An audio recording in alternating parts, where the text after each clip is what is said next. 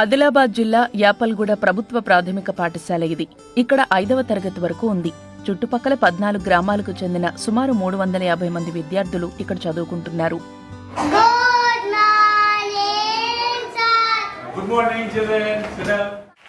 ఈ స్కూల్కు చెందిన 5వ తరగతి విద్యార్థులు ఇంగ్లీష్లో 18 చిట్టిపొట్టి కథలు రాశారు.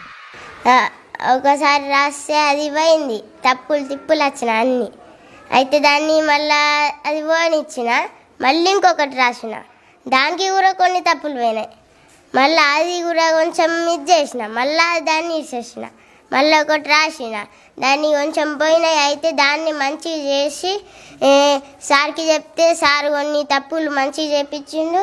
అయితే నేను అదే సెలెక్ట్ చేసిండు. ఆ కథ పేరు లాస్ట్ అండ్ ఫౌండ్. దాని మీన్స్ పోయినాయి మళ్ళీ దొరికినాయి. నాకు ఒకసారి పైసలు పోయినాయి అయితే నేను అది రాసిన.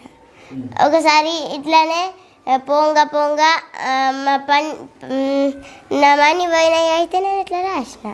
నాకు బాధ అనిపించింది పోయినప్పుడు. నేను చాలా జాగాలలో స్పెల్లింగ్ మిస్టేక్స్ చేసిన.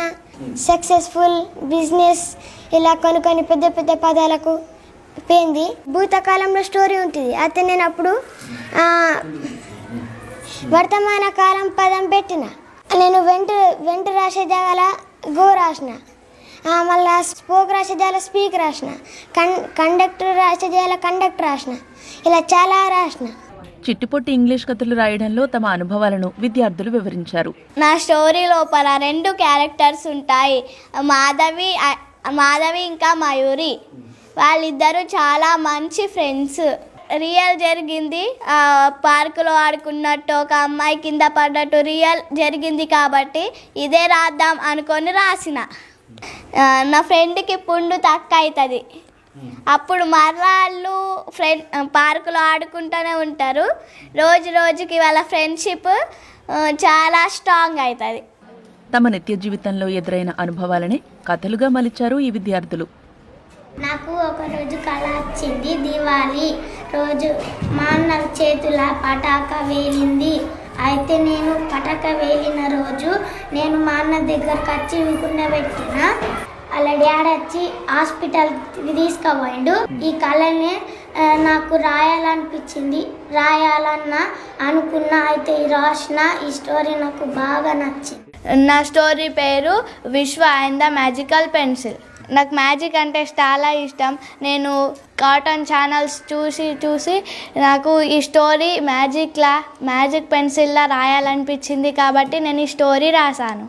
6 టైమ్స్కి కరెక్ట్ వచ్చింది ఆ స్టోరీ. నేను మస్తు సంతోషపడ్డా, అబ్బా కరెక్ట్ వచ్చింది అని అనుకున్నా. నేను నా స్టోరీ నేమ్ వచ్చేసి the rich supported the poor. నేను ఈ స్టోరీ రాసినాను ఎందుకంటే నేను ఒకప్పుడు ఫోన్ చూసేటప్పుడు నాకు ఒక హర్షస్ అని అతను ఉంటుండే. నేను అతని వీడియోస్ చూస్తుంటేని అతను పేదవాళ్ళకు డబ్బులు ఇచ్చి సపోర్ట్ చేస్తుండే. దాంతో నేను అతని ఇన్స్పిరేషన్ తీసుకొని ఈ స్టోరీ రాయడం జరిగింది.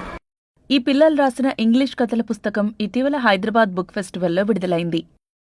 మా బడి పిల్లలు ఎవరైతే ఉన్నారో వీళ్ళు కథలు వినడం కాదు, కథలు రాసేటటువంటి నాలెడ్జ్ వచ్చింది వీళ్ళకి.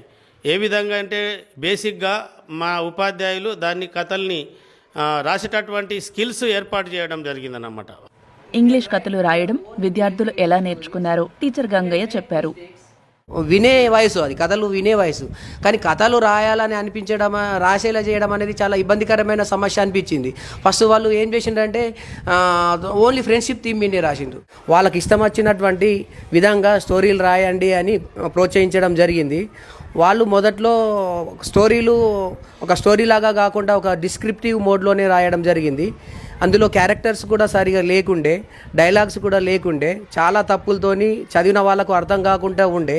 బోర్డు మీద వాళ్ళ స్టోరీలను రాసి వాళ్ళ తప్పులు ఎక్కడెక్కడ చేశారో అని వాళ్ళతోనే సవరించడము, వాళ్ళతోనే అడగడం, మాట్లాడడం, ఇంటరాక్షన్ వల్ల వాళ్ళు వాళ్ళ తప్పుల్ని వాళ్ళు సవరించుకోవడం అనేది జరిగింది. స్టోరీ చెప్తా వినండి, చూడండి. Once upon a time, there was a village, but some people were poor and lived in small huts. These poor people were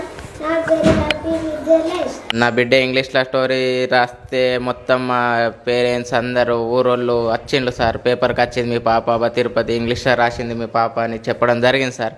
అందుకు నాకు చాలా మంచిగా అనిపిస్తున్నది.